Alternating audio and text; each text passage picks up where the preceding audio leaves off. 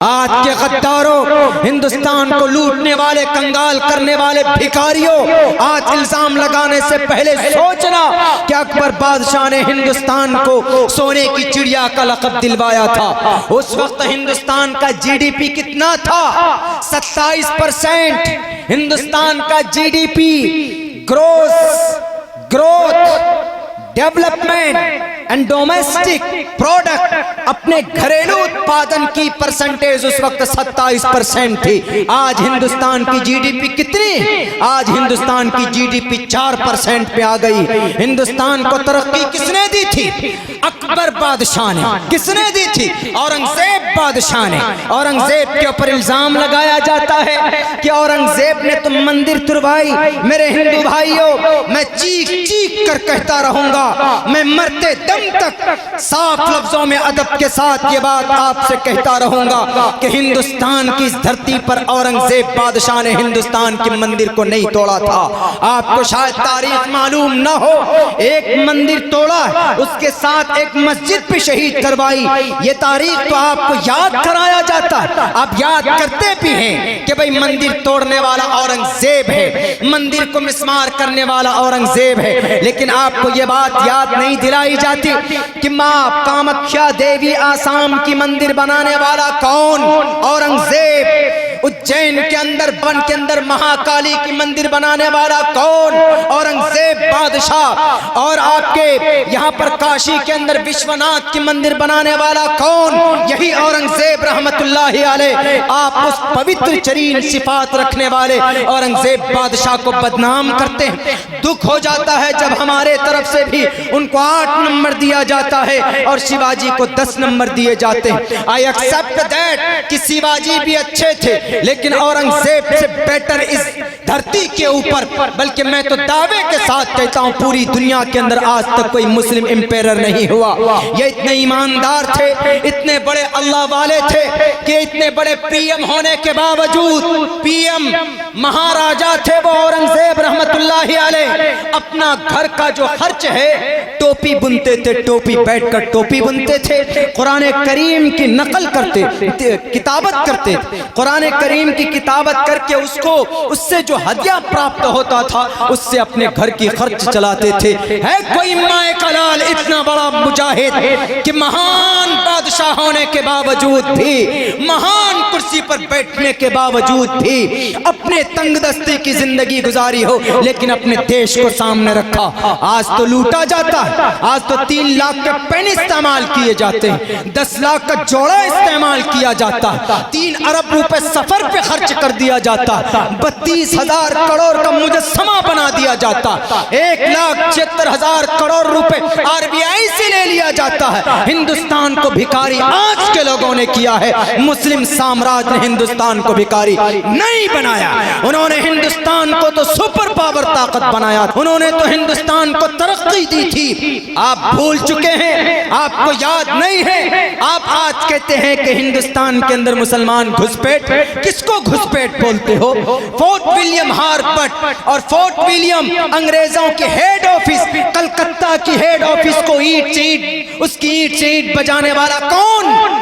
अली वर्दी खान था, जो कि एक मुसलमान था। 1757 के अंदर सबसे पहली जंग लड़ने वाला, जालिम अंग्रेज के सामने सीना तान कर खड़ा होने वाला कौन? नवाब सिराजुद्दौला था।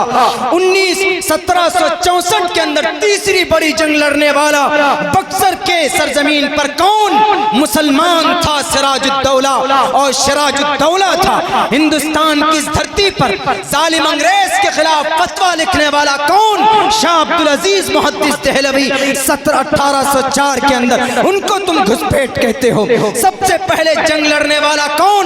सैयद अहमद शहीद बरेलवी रहमतुल्लाहि अलैह। मौलाना सैयद इस्माइल शाह रहमतुल्लाहि अलैह बालाकोट की पहाड़ी पर सबसे पहले 1831 के अंदर जालिम अंग्रेज के खिलाफ कमर बांध कर आगे आने वाला। इनको आप घुसपैठ कहते हो? ये घुसपैठ थे। उनसे नीचे आ जाओ, शामली के मैदान की 2 फीट जमीन मुसलमानों के खून से रंगीन है, आप उनको घुसपैठ बोलते हो?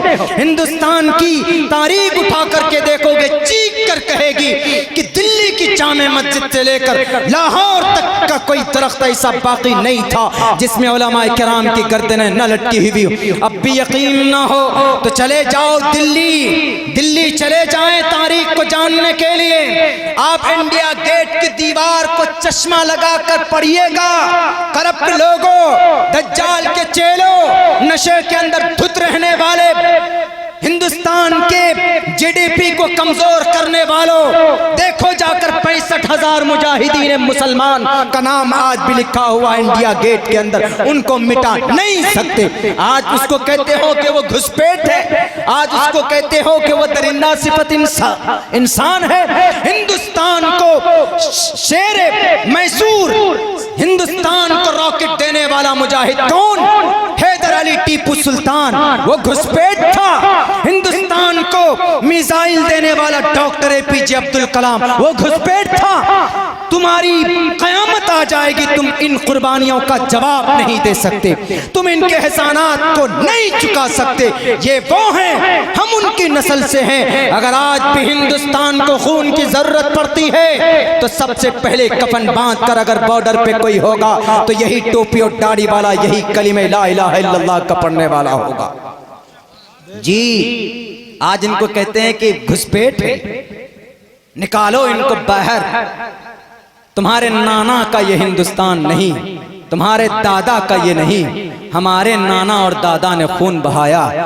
इन हिस्ट्रियों का जब तब ये साबित करना कि ये घुसपैठ है। हम घुसपैठ नहीं, अब हम भीख भी नहीं मांगेंगे, अब हम अपना हिस्सा लेंगे। हमारा शेर जिंदा हो चुका है। एक शेर है, जब वो बोलता है तो पार्लियामेंट थर्राता है। जा अल हक व ज़हक़ल बातिल। फिरौन आया था तो मूसा को अल्लाह ने खड़ा किया कि नहीं किया? मेरी इन बातों को सियासत से मत जोड़िएगा आप लोग। हमारी यही गलती है कि हम लोग सियासत से जोड़ देते हैं। सियासत नहीं, आपकी हिस्सेदारी। हम गुलाम नहीं है हिंदुस्तान के। हम आज तक सिर्फ ये बात करते रहे, क्या उनको जिताओ उनको हराओ। कभी हमने गौर किया कि हम भी जीत सकते हैं? कभी हमने सोचा कि हम भी कुछ कर सकते हैं इस धरती पर? नहीं। बैठ जाएं आप लोग, बैठ जाओ, उनका मामला रजाकार लोग देख ले। ये कॉन्सेप्ट है, इधर ध्यान दीजिएगा। अल्लाह तबारक व ताला का सिस्टम है, अल्लाह तबारक व ताला का कानून, और यही कानून हमारे हिंदू भाइयों के धर्म ग्रंथों के अंदर भी, उन करप्ट लोगों के ग्रंथों में भी है जो लोग आज इस हकीकत को भुला चुके हैं। अगर आप जानवरों के नाम पर किसी को मारेंगे तो आप नहीं बच सकते। क्यों? क्योंकि ईश्वर ने कहा यदा यदा ही धर्मस्य ग्लानिर्भवति भारत अभ्युत्थानम धर्मस्य तदात्मानं सृजाम्यहम्। श्रीमद् भगवद गीता कहता है, क्या कहता है? कुरान से इसकी तस्दीक करता हूं। कुल जाअल हक़्क़ु व ज़हक़ल बातिल इन्नल बातिल कान ज़हूक़ा। इस धरती पर जब जब बातिल आता है, इस धरती पर जब जब रावण आया, इस धरती पर जब जब फिरौन जैसे लोग आए, इस धरती पर जब जब उतबा शैबा वलीद हंज़ला मुग़ीरा जैसे लोग आए, तो अल्लाह तबारक व ताला ने अपने हक को वाज़े किया है, छोड़ा नहीं था। भले ही उन्होंने जुल्म किया हो, लेकिन हमेशा हमेशा से हक की जीत होती। इसीलिए हम उनको कहते हैं कि आज तक तुमने हमारा शोषण किया, हमारा शोषण किया हिंदुस्तान के अंदर। हमको डरा दिया जाता है, क्या तुम ये बोलो नहीं तो तुमको क्या करेंगे? मार देंगे, मॉब लिंचिंग कर देंगे। तकरीबन 63 नौजवानों को मारा गया है और हम आज तक अपनी जुबान भी नहीं खोल पाए। क्यों?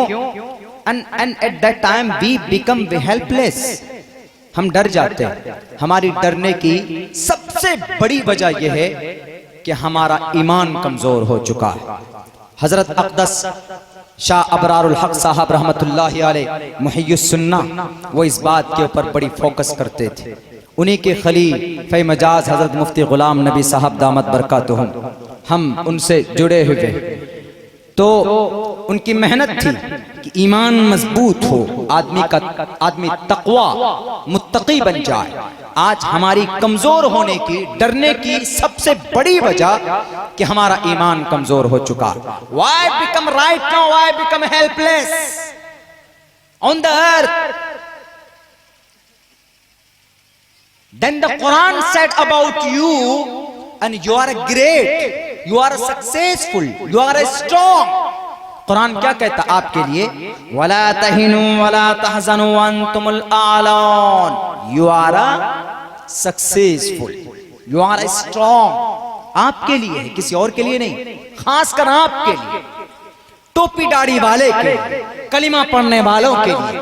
वअंतुमुल आलान, क्या वअंतुमुल आलान की यही तफसीर है कि कहीं नाम मुस्लिम देखकर मार दिया जाए? वअंतुमुल आलान का ये मतलब है कि कारी अवैस साहब को चांदनी चौक में रेलवे स्टेशन के करीब पीट पीट कर मार दिया जाए? वअंतुमुल आलान की यही तफसीर है कि तबरेज अंसारी को सिर्फ मुस्लिम होने की वजह से 18 घंटे तक पिटाई की जाए? वअंतुमुल आलान का यही मतलब है कि धर्म के नाम पर दंगा फैलाया जाए? वअंतुमुल आलान का यही मतलब है कि ज़ैनुल अंसारी को सीतामढ़ी की सरजमीन पर 82 साल के बूढ़े आदमी को सर को फोड़कर आग के हवाले कर दिया जाए? क्या वअंतुमुल आलान का यही मतलब है कि अफराजुल हक he was belong to Kalyachak that is located in Malda, Malda is located in West Bengal, Bengal का रहने वाला राजस्थान के अंदर उसके जिस्म के 3 टुकड़े करके जलाया गया? वअंतुमुल आलान का यही तफसीर है, यही तफसीर है वअंतुमुल आलान का कि कत्ल किसी और का हो, मुजरिम कोई और हो, और मदरसे में पढ़ाने वाले बेचारे मासूम उलमा इकराम को दाढ़ी और टोपी और एक छोटे से बयान की वजह से उसको अरेस्ट कर लिया जाए और कातिल को, मुजरिम को छोड़ दिया जाए। वअंतुमुल आलान का यही तफसीर है। अगर दारुल देवबंद में कोई बुनियाद, कोई इमारत तैयार की जाती है तो उसके ऊपर छापेमारी करवाया जाए। अगर बम फूटता है पुलवामा में तो फौरन पहुंच जाते हैं लोग, FBI के लोग और FBI के लोग, इंटेलिजेंस के लोग, कहां पर? दारुल देवबंद के उन मासूम बच्चों को पकड़ने के लिए जो टूटी हुई चटाई पर बैठकर और पानी से भी ज्यादा पतली दाल रोटी खा करके जो अपनी परवरिश करते हैं और नमाज पढ़ते हैं, उनको पकड़कर जेल के अंदर ठूंस दिया जाता है और हम खामोश रहते हैं, मौन व्रत रखते हैं। एक बात याद रखिए, इस वक्त मौलाना हुसैन अहमद मदनी का वो जुमला आपको याद होना चाहिए। उन्होंने कहा कि जितना बड़ा गुनाह जुल्म करना है, जितना बड़ा गुनाह जालिम के लिए, उससे भी ज्यादा बड़ा गुनाह मजलूम के लिए है। क्यों? क्योंकि वो जुल्म को रोकता नहीं, जुल्म के खिलाफ आवाज नहीं उठाता।